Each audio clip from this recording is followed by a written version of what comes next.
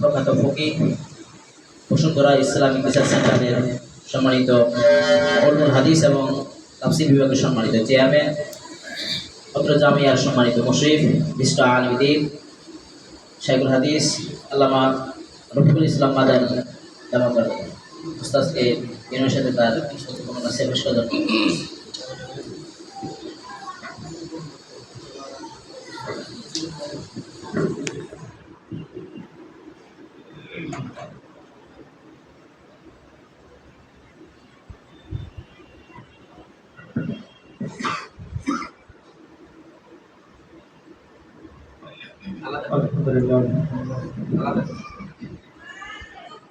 আলহামদুলিল্লাহ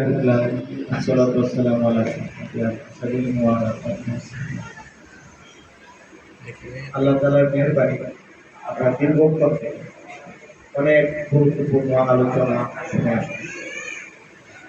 এগুলো আমাদেরকে আমল করা এবং এর আলোকে আমাদেরকে জীবন করার অনেক মান্যবর ওলামায়ে কেরাম উপস্থিত আছে, মাদ্রাসার পরিচালক এবং আজিজ ওলামা, সবাইকে অনেক শুভেচ্ছা এবং আন্তরিক মোবারকবাদ। আমরা দীর্ঘক্ষণ পর্যন্ত ধৈর্য সহকারে এখানে বসে আছি। বছরের শুরুতে কিছু কমন কথাবার্তা হয় এবং বছর যখন শেষ হয় তখন আবার বলার জন্য কিছু কমন কথাবার্তা থাকে। আর বছরের মাঝে বিভিন্ন রকমের প্রোগ্রাম অনুষ্ঠান হয়, ওই সময়েও কিছু কমন ভিন্ন ভিন্ন রকমের কথাবার্তা থাকে। আজকের এই মাহফিলটা মজলিসটা অনেকগুলি শব্দ এখানে একত্র হয়। এর মধ্যে পিছনে লেখা আছে পরীক্ষা, এটাও একটা আলোচনার বিষয়। লেখা আছে দোয়ার মাহফিল, এটাও একটা আলোচনার বিষয়। ইসলাহি মাহফিল, এটা একটা ভিন্ন আলোচনার বিষয়। তারপরে আবার যুগ হয়েছে বছরের শুরু।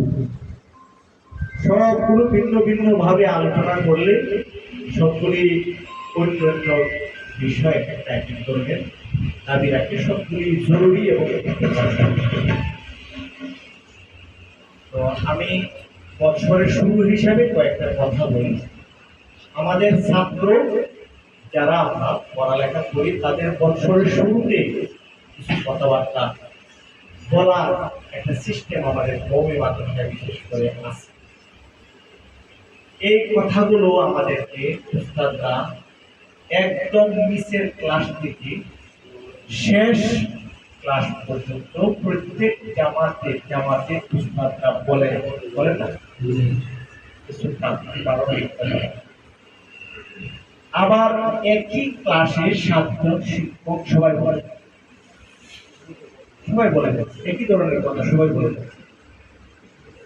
ছাত্ররা মনোযোগ দিয়ে শুনে না, এগুলি আমাদের আকাবিররা কোনো চিন্তা ভাবনা করে না। শুনলে শুনবে, না শুনলে নাই। আমাদের আকাবিরদের তরিকা এবং সিস্টেম পদ্ধতি এই কথাগুলি বলেই যাচ্ছে। যাকির ফাইন্না যিকরা তানফাউল মুমিনিন, যাকির তাদরিজ, এর খাসিয়াত আছে কি? তাদরিজ, বলে যাও বলেই যাচ্ছে। কিন্তু ছাত্রদের কি অবস্থা? নিচের ক্লাসে যখন বলি তখন ছাত্ররা বলে এগুলিতে এখন আমাদের শুনবার সময় হয়নি, সামনে এগুলি কতবার আসবে।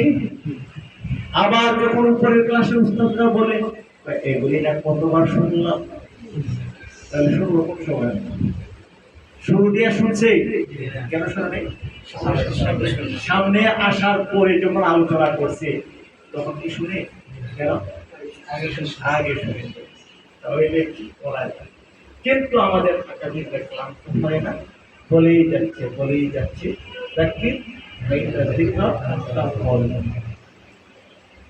দুইটা প্রশ্ন স্বাভাবিক, কেন বলে, কি বলে? অনেক লম্বা জবাব। কেন বলে, কি বলে? কেন বলে এটা একটু সংক্ষেপে বলা যায়। কোন জায়গায় একটা জিনিস যদি আপনি রাখতে চান ওই জায়গায় জিনিসটা থাকে মতো জায়গাটাকে প্রস্তুত করতে হবে। এটা কিন্তু থাকে না। জায়গাটা ঠিক মতো হয়নি, এটা রাখলে হয়তো অনেক কথা। আর এটা যদি এখানে না রাখে তাহলে পড়বে জায়গা মতো হয় না। জায়গা মতো উপস্থিত না করে প্রস্তুত না করে কোনো জিনিস যদি রাখে তাহলে ওইখানে থাকবে না। অনুরূপ ভাবে এলেম রাখবার একটা জায়গা আছে, সেটা হলো কলম। এটা হজরত বলতেছিলেন, কি বলতেছিলেন? ওয়াইন্না ফিল জাসাদি মুদগাহ ইযা সালাহাত সালাহাল জাসাদু কুল্লুহু। এটা ঠিক করতে হয়, প্রস্তুত করতে হয়। প্রস্তুত করার পরে ওইখানে রাখার জিনিসগুলো এলেম করে রাখতে হবে। প্রস্তুত না কইরা যদি ওইখানে এলেম রেখে দেয় কি হবে এর পরে আলোচনা করবো। এর আগে একটা বাক্য শুরু করে, সেটা হলো মুফতি সাঈদ আহমদ কালমপুরি রাহমাতুল্লাহি আলাইহি বলেছেন, এলেম রাখবার জায়গা হলো ওইটাকে প্রস্তুত না কইরা যদি ওইখানে এলেম রাখে তাহলে গম্বুজের পাথর মারবে। গম্বুজের পাথর মারলে থাকবো, গম্বুজ में পাথর মারবে। এই জন্য জায়গাটাকে উপস্থিত কইরা, যে প্রস্তুত কইরা, ভ্রমণ কইরা, উপযুক্ত করে তারপরে ওইখানে এলেম রাখা। যদি রাখে তাহলে এটা ভালোভাবে থাকবে, এখানে সুন্দরভাবে থাকবে, বর্তমান হবে পারবে। এই জন্য আমাদের আগামী সিস্টেম কোরআন এবং হাদিসের দর্শ আলোচনা করবার আগে, কোরআন এবং হাদিসটা ছাত্রদের অন্তরে দেওয়ার আগে কিছু কথা বলেই যাচ্ছে প্রতি বছর নিয়মিতভাবে এইভাবে বলে। তো এই বিষয়ে আকাবিরকে বলেন আসলেও আমাদের এগুলি জানা দরকার এবং আমল করা দরকার। এই বিষয়ে যথেষ্ট বই পুস্তক আছে, এর মধ্যে দর্শের আজামিটি একটা সুন্দর বই আছে। ওই সময় ছোটবেলা পড়াইছে, ভালো করে পড়িনি এবং কি আছে জানিও, অথচ বইটা অনেক ভালো এবং সুন্দর। নাম হলো তালিমুল মুতাল্লিম। যদি তার যে তালিম এটা না নেয় তাহলে তার মধ্যে কমি থাকবে না। এই জন্য দরকার ছিল সত্যিকার মুতাল্লিম হওয়ার জন্য তালিমুল মুতাল্লিম করে নেব। মুতাল্লিম কিন্তু আমাদের তালিম নাই, খাম্বা আছে কারেন্ট নাই, পেট্রোল পাম্প আছে তেল নাই। মুতাল্লিম কিন্তু কি নাই, তালিম নাই, খাম্বা আছে কারেন্ট নাই। আমাদের কি দরকার ছিল? তালিম দরকার ছিল। ও তালিম হওয়ার জন্য কি দরকার ছিল? কি পড়াইছে, কি করছে আমরা কিছু জানি না, আবার পরে নেওয়া হলো, আবার কি পরে নেওয়া হলো। যে জিনিসটা করার পরে কাজটা হয় নাই এটা করতে হবে কয়বার? যতবার হয় নাই ততবার। অনেকে আছে তালাক, আমার এই জায়গায় তালাক হয়েছে বা কি, আমি বলি আমি পড়ি নাই, তালাকটা মাসটা আমার পড়া নেই, আমি জানি না কেন। তবে তালাক ঠিক ভাবে কিভাবে হয়ে যাবে এটা আমার জানা আছে, আমি বলে দিই, আপনি এইভাবে দিয়ে দেন তাহলে হয়ে যাবে। আর আমার যেটা হওয়ার জন্য কাজ করে এটা যতক্ষণ পর্যন্ত হয় না এটা করতে হবে না। মুতাল্লিম হওয়ার জন্য আমরা বইটা পড়ছিলাম, তবে আমরা মুতাল্লিম হই নাই, যদি আমাদের কি করতে হবে? আরো করে যেতে হবে, আবার করতে হবে, আরো করতে হবে। আরো এই বিষয়ে সুন্দর সুন্দর বই আছে। একটা বইয়ের নাম পাজা সুরাজের জিন্দেগি, এটা বাংলা অনুবাদ ইসলামিক ফাউন্ডেশন প্রকাশ করা হয়েছে।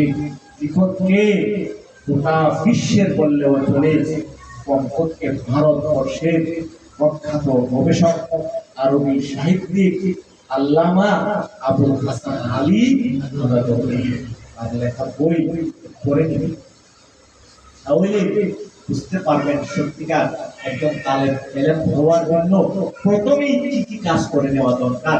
তিনি বিভিন্ন মাদ্রাসায় সবক শুরু করার আগে যে বয়ানগুলি করতেন ওই বয়ানগুলোকে একত্র করে একটা বই আকারে লেখা হয়েছে। এটার নাম হলো পাজা সুরাজের জিন্দেগি। এই বিষয়ে আরো অনেক সুন্দর সুন্দর বই আছে। এর মধ্যে বড় রকমের একটা বই আছে, সেটার নাম হলো তাযকিরাতুস সামি' ওয়াল মুতাকাল্লিম ইবনু জামাল লেখা। ওই বইয়ের মধ্যে তালিবে ইলমের জন্য কি করণীয় এই বিষয়গুলি আলোচনা করছে।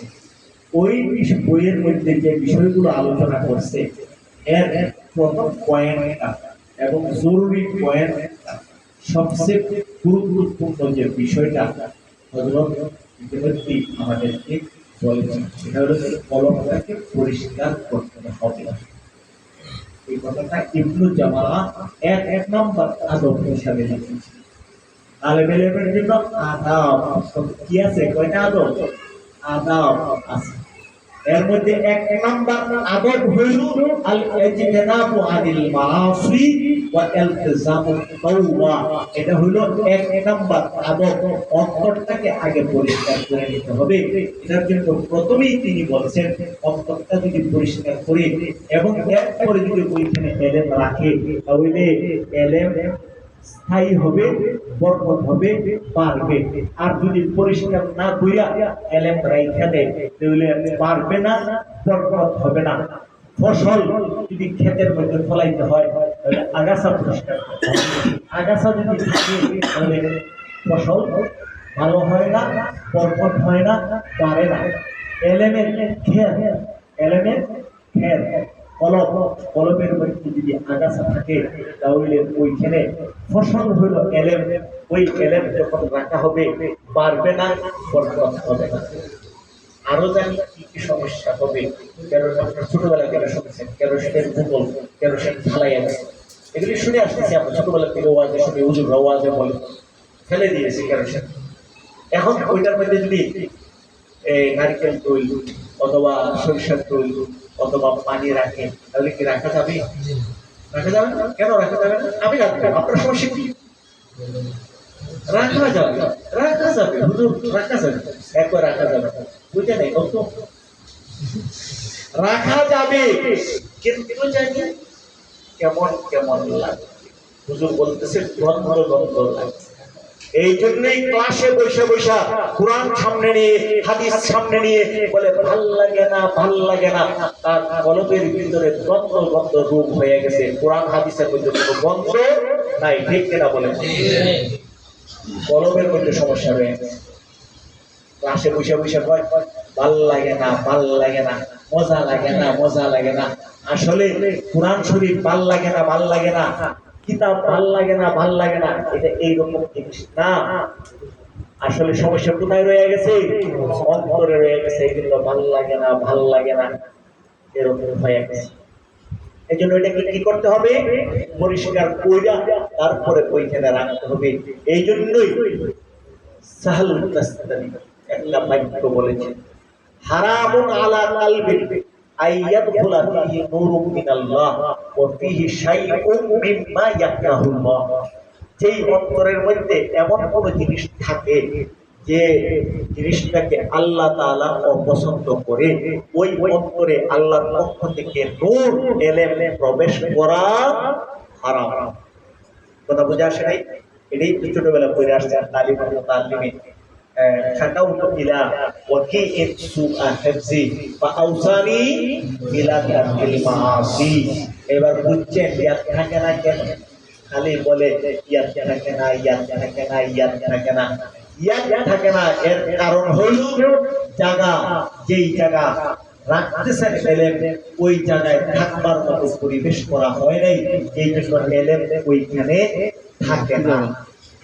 প্রাসঙ্গিক একটা কথা বলি, ইয়াদ থাকে না যে বলে অনেকেই বলে ইয়াদ থাকে না। ইয়াদ করছেন কিনা?